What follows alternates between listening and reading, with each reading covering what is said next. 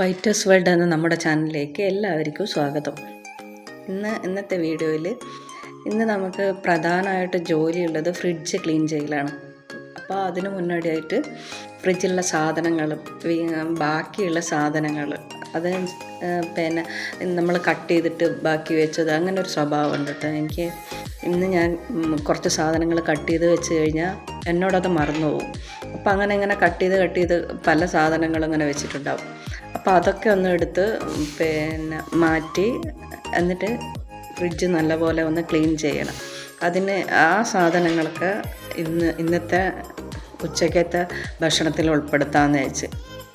അപ്പോൾ ഇന്ന് കുറച്ച് സാധനങ്ങൾ കുറേ ഉണ്ട്, പക്ഷെങ്കിൽ ഉച്ചക്കും രാത്രിയായിട്ട് അത് ഉപയോഗിക്കാമെന്ന് വെച്ചു.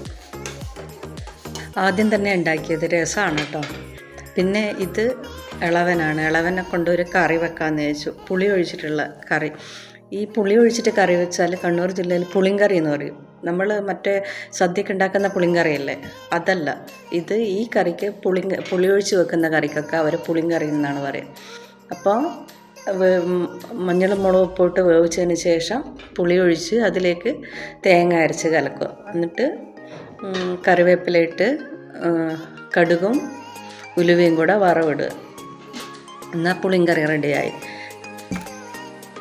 ഇത് ഇതേതാ മീനെന്ന് അങ്ങനെ പിടുത്തമില്ല, അതിന് പേരറിയില്ല. പിന്നെ മീൻ ഒന്നുമില്ല, എല്ലാം കൂടി മഞ്ഞളും മുളകും ഉപ്പും പിന്നെ എല്ലാം കൂടി ഇട്ട് ഒന്ന് തിളപ്പിച്ച് അതിലേക്ക് കറിവേപ്പില ഇട്ട് പിന്നെ വെളിച്ചെണ്ണ ഒഴിച്ച് ഇത് പാകത്തിന് വെന്ത് കഴിഞ്ഞാൽ ആ മീൻ മുളകിട്ടത് റെഡിയായി. ഇത് ഞാൻ നേരത്തെ പുളിങ്കറിയിൽ വറവിട്ടത് ഇപ്പോഴാണ് കേട്ടോ, ഇത് കാണിച്ചു തന്നതാണ്. പിന്നെ ഉള്ളത് മുരിങ്ങാക്കായ ഉണ്ടായിരുന്നു.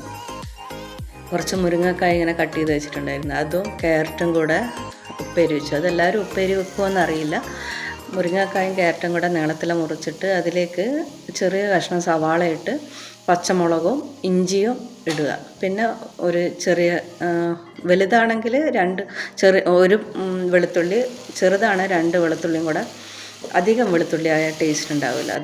അത് പാകത്തിന് വെളുത്തുള്ളിയും ചേർത്ത് ഉപ്പും ചേർത്ത് ഇത്തിരി വെള്ളം ഒഴിച്ച് വേവിച്ചതിന് ശേഷം തേങ്ങ ഇട്ട് വെളിച്ചെണ്ണ ഒഴിച്ചെടുത്താൽ പിന്നെ നല്ല ടേസ്റ്റുള്ള മുരിങ്ങക്കായ്.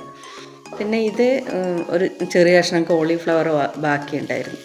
അപ്പോൾ ഇത് ഇങ്ങനെ കറി വെച്ച് കഴിഞ്ഞാൽ ചപ്പാത്തിക്ക് കൂട്ടാൻ നല്ല രസമാണ്. ഇവിടെ എല്ലാവരും ഇത്തിരി എരിവെല്ലാം ഉണ്ടാകുമ്പോൾ എല്ലാവരും ചപ്പാത്തിക്കൊക്കെ കഴിക്കും. അപ്പോൾ ഇത് നേരത്തെ മീനിൻ്റെ 1-2-3-4 കഷ്ണം ഞാനവിടെ എടുത്ത് വെച്ചു. അത് ഫ്രൈ ചെയ്തെടുക്കുകയാണ് കേട്ടോ.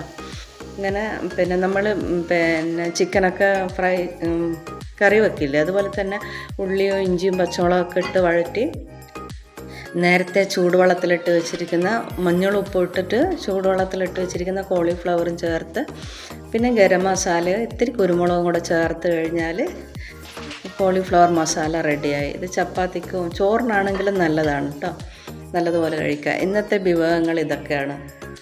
എല്ലാവരും ഒന്ന് സപ്പോർട്ട് ചെയ്യണേ.